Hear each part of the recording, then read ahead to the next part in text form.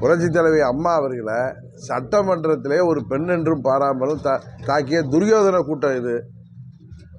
அவர்கள் பேசுவதையெல்லாம் நம்ம மக்கள் தயவு செய்து எண்ணி பார்க்க வேண்டும்.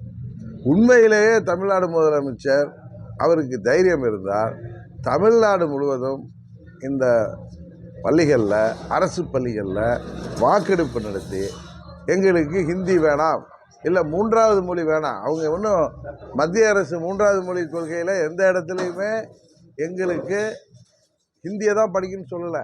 நீங்கள் மறைமுகமாக திணிக்கிறாங்கன்னு சொல்கிறீங்க.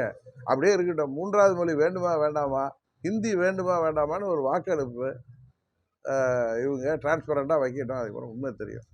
உங்களுக்கு நிதி வேணும்னா பிரைம் மினிஸ்டரை போய் பாருங்கள். நானே கருணாநிதி படம் திறக்கிறதுனா உங்களுக்கு மத்திய அமைச்சர் தேவைப்படுது.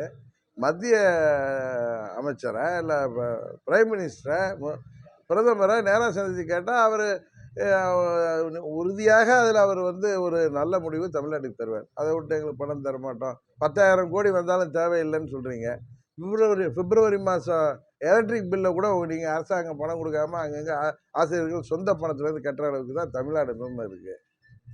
இன்றைக்கு தொழில் வளத்தில் பெருகிட்டுங்கிறாங்க. கிட்டத்தட்ட 10,000 சிறு குறு நடுத்தர தொழிற்சாலைகளாக மூடப்பட்டிருக்கு. தமிழ்நாடு இன்றைக்கு பின்னோக்கி போயிட்டுருக்கு. பணத்தை கொடுத்து இவர்கள் ஓட்டை வாங்கிடலான்னு இவங்க ஏழை எளிய மக்களை ஏமாற்ற நினைக்கிறாங்க. அது 26 தேர்தலில் மக்கள் உறுதியாக இந்த ஆட்சிக்கு முடிவு கட்டுவார்கள். நீங்கள் நம்ம ஊர்லேயே அதிமுக பற்றியே கேட்குறீங்க. திமுக ஆட்சியில் நடக்கிற இந்த சிறப்பான ஆட்சியை பற்றி நீங்கள் ஒரு கேள்வி, இப்போ நீங்கள் முதல் கேள்வி நம்ம ஊரில் உரிமையாக கேட்குறேன். நான் உங்கள்கிட்ட இதாக கேட்கல. எல்லா ஊரில் போனாலும் முதல்ல மூன்றாவது மொழியை பற்றி கேட்குறீங்க, ரைட்டு. அடுத்தது அந்த அண்ணா எங்கள் வீணா போன பழனிசாமி கதையை பற்றி பேசுகிறீங்களே தவிர இந்த ஆட்சி எப்படி நீங்கள் சொல்லுங்கள். இங்கே உங்கள் பத்திரிகையாளர்களுக்கு, ஊடகத்துறையை சேர்ந்தவர்களுக்கு உங்களுக்கு ஏதாவது பாதுகாப்பு இருக்கா, சுதந்திரம் இருக்கா? தயவு செய்து இந்த ஆட்சியின் அவலங்களை நீங்கள் திமுக மாதிரி திசை திருப்பாமல், நான்காவது தூணான ஜனநாயகத்தின் நான்காவது தூணான ஊடகங்கள் தயவு செய்து மக்கள் பக்கம் நின்று, நடுநிலையாக நின்று எல்லாவற்றையும் கேள்வியாக கேளுங்கள், நாங்கள் பதிலளிக்கிறோம். தன்னைத்தானே ஏமாத்திட்டு இருக்காரு. இப்படிதான் 2006 அவங்க நினைச்சாங்க. இப்படிதான் 96 2001 ஆட்சி முடிகிறப்ப அவங்க அப்படிதான் பேசினாங்க. நீங்கள் ஒவ்வொரு முறையும் அவங்க ஆட்சி போகிறப்பெல்லாம் இப்படிதான் சவுண்டு கொடுப்பாங்க. அதுதானே தவிர இந்த ஆட்சியில் விவசாயிகளாக இருக்கட்டும் ரோட்டுக்கு போராட்டம் பண்ணுறாங்க, மாணவர்களுக்கான கல்வி கடன் நிற்கிறேன்னாங்க, இளைஞர்களுக்கு வேலைவாய்ப்பு இல்லை, இளைஞர்களுக்கெல்லாம் வேலைவாய்ப்பு இல்லாமல் போதை மருந்துக்கு அடிமையாகுன்னு திமுகவோட ஆசியோடைய போதை மருந்து புழக்கம் தமிழ்நாடு மூலம் வியாபாரம் இருக்குது. இளைஞர்கள்லாம் இன்றைக்கு வேலை வாய்ப்புங்கிற பேரில் அவங்களுக்கு கூலிப்படைகளாக உருவாக்கியிருக்காங்க. 5000க்கும் 10,000க்கும் யார் உயிரும் எடுக்கக்கூடிய நிலைமை தான் இன்றைக்கு இருக்குது. அதான் திரும்ப திரும்ப சொல்கிறேன். டெய்லி டிவியை திறந்தாலோ பேப்பரை பார்த்தாலோ ஏதாவது ஒரு கற்பழிப்பு, கொலை, அது குறிப்பாக இளம் பெண்களுக்கு பாதுகாப்பு இல்லை, மாணவிகளுக்கு பாதுகாப்பு இல்லை. 3 வயது குழந்தை, பச்சிளம் குழந்தைகள் வரைக்கும் இன்றைக்கு பாதுகாப்பு இல்லாத சூழ்நிலை இந்த கேடாய் கட்ட ஆட்சியில் இருக்குது. தயவு செய்து அதை பற்றி கேள்வி கேளுங்க. உங்கள் கேள்விக்கு வர அம்மாவின் தொண்டர்கள் அனைவரும் ஓர் அணியில் இணைந்து திமுகங்கிற தீய சக்தியை வீழ்த்துவதற்கு தேசிய ஜனநாயக கூட்டணியில் அனைவரும் இடம்பெறும் காலம் வெகு விரைவில் இல்லை. ஒரு சிலர் தடையாக இருக்கிறார்கள். அந்த தடையெல்லாம் அம்மாவின் தொண்டர்கள் ரெட்டையிலை அங்கே இருக்கிறதுன்னு நம்பிக்கிட்டு ரெட்டையிலை வைத்திருப்பவருக்கு காவடி தூக்காமல் விழித்து கொள்ளவில்லை என்றால் 26 தேர்தலுக்கு பிறகு அம்மாவின் கட்சிக்கு மூடு விழா நடத்துவதற்கு பழனிசாமி தயாராகிட்டு இருக்கார். அதுக்கப்புறம் நாங்கள்லாம் சேர்ந்து தான் உங்களுக்கு அதை மீட்டு கொடுக்க வேண்டிய நிலைமையில் உங்களை நீங்களே ஆக்கிக்காதீங்கிறது தான் என்னுடைய வேண்டுகோள். அது ஒருவருக்கு பாதுகாப்புக்கு அச்சுறுத்தல் இருக்கிறப்ப அது கொடுக்குறாங்க. மற்றபடி அவர் ஒரு கமலஹாசன் எப்படி உச்சபட்சமாக இருக்கிறப்ப அரசியலுக்கு வந்த மாதிரி, விஜயகாந்த் உச்சபட்ச நடிகராக இருந்தப்போ இன்னும் ரிட்டையர் ஆகி வரல, அவர் அரசியலுக்கு வந்த மாதிரி திரு விஜய் அவர்களும் வந்திருக்காங்க. இதையெல்லாம் இன்னும் ஒரு வருஷம் பொறுத்துக்கிட்டிங்கன்னா 26 தேர்தலில் மக்கள் தீர்ப்பை பார்த்துட்டு நம்ம 2 பேர் பேசுவோமே.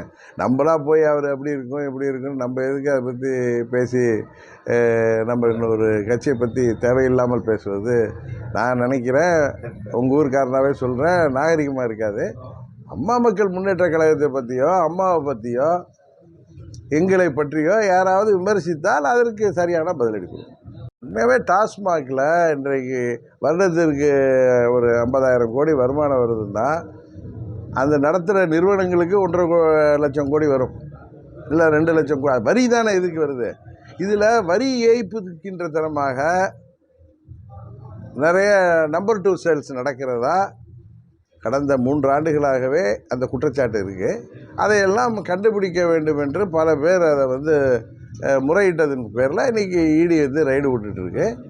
உறுதியாக அதில் தவறு நடந்திருந்தால் அவர்கள் யாராக இருந்தாலும் தண்டிக்கப்பட வேண்டும் என்பது தான் நமது நிலைப்பாடு. அதுதான் உண்மை. சில பேர் கூட சில அரசியல் விமர்சகர்கள்லாம் இதை பற்றி எதிர்க்கட்சிகள் பேசலைன்னாங்க. அது அப்படி கிடையாது. ஒரு ரைடு நடக்கிறப்ப we will wait for the outcome.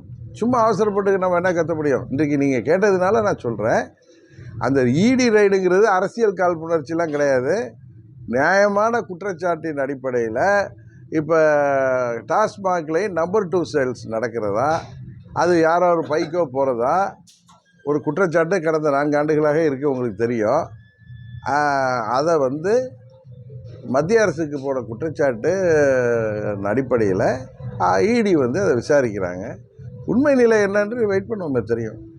தமிழ்நாட்டு மக்களுக்கு எப்படி இது டெல்லியில் நடந்த மாதிரி இது ஒரு பெரிய ஸ்கேமாக வெளிவர்றதுக்கு வாய்ப்பு இருக்குதுன்னு நிறைய பேர் சொல்கிறாங்க.